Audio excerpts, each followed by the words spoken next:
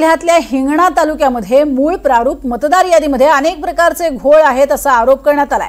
प्रभाग क्रमांक 4 मध्ये एकाच घरात वेगवेगळ्या आडनावाचे लोक राहत असल्याचं दाखवण्यात आलेलं आहे। जे लोक त्या वॉर्डात राहत नाहीत त्यांची नावं आणि आडनावं मतदार यादीत दाखवली गेली आहेत। तर दुसऱ्या वॉर्डचे लोक मतदार यादीमध्ये दाखवण्यात आलेले आहेत अशा स्वरूपाचा आरोपही केला जातोय।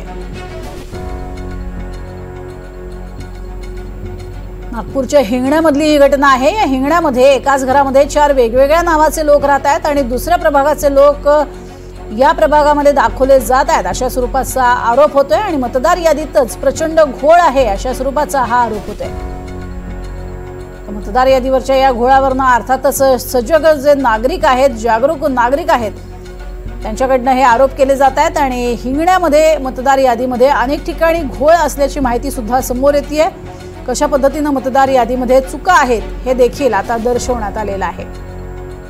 वॉर्डमध्ये राहत नसलेले, त्या प्रभागात राहत नसलेल्या लोकांची नावं ही यादीमध्ये देण्यात आलेली आहेत। ते एकाच घरामधील 4 लोकांची वेगवेगळी नावं आडनावं ही सुद्धा पाहायला मिळतात आणि त्यावरनं सुद्धा आक्षेप घेण्यात आला आहे।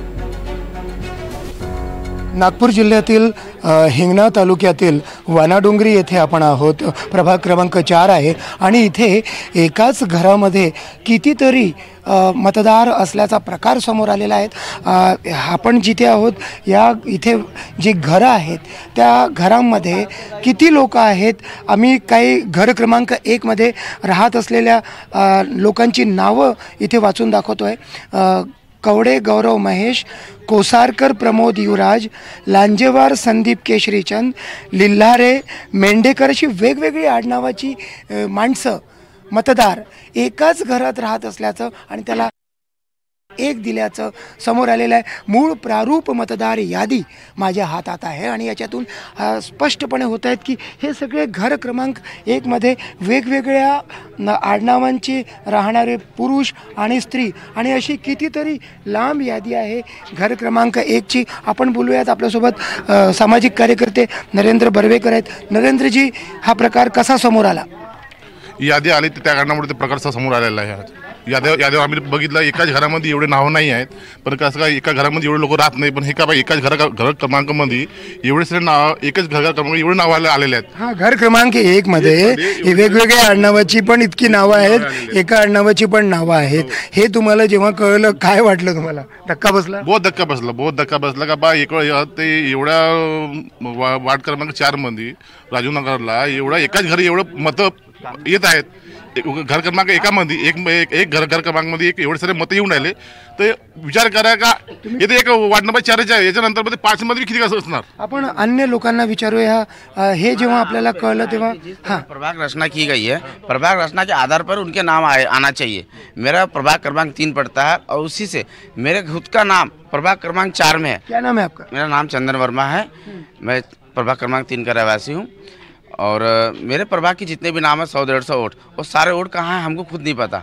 जब मैंने कल चेक किया तो मेरा खुद का नाम प्रभाग क्रमांक 4 में और कुछ सर्च करते करते यही पता चला वानाडोंगरी हिंगना संगम यानी प्रभाग क्रमांक 7 के लोगों के नाम मेरे इसमें। मैंने फ़ोन करके पता किया तो उन्होंने बताया हाँ मेरे घर के आजू बाजू के लोग हैं ये लोग। प्रभाग क्रमांक 7 के लोग प्रभाग क्रमांक 4 में, 3 में तो ऐसे बहुत से लोग हैं और 1 नंबर में भी है, 0 नंबर के भी है, जिसमें 50-50, 60-60 लोगों के नाम हैं। तो मेरा कहना यह है कि जो भी अधिकारी, चुनाव आयोग के अधिकारियों से निवेदन है कि प्रभाग रचना जिस प्रकार से की गई उस प्रकार से ही यादी तयार की जाए। एकूणच काय तर मूळ प्रारूप मतदार यादी समोर आलेली आहे। स्थानिक स्वराज्य संस्थांच्या निवडणुका अगदी जवळ आलेल्या आहेत आणि अशा वेळेला हे जे घोळ समोर येत आहेत त्यामुळे लोक आश्चर्यचकित आहेत, थक्क झालेले आहेत आणि हे कसं घडू शकतं? एकाच घरामध्ये इतकी माणसं ते सुद्धा वेगवेगळ्या आडनावांची कशी राहू शकतात हा त्यांचा सवाल आहे। व्हिडिओ जर्नलिस्ट विनय शुक्ला सोबत संजय तिवारी, NDTV मराठी, नागपूर।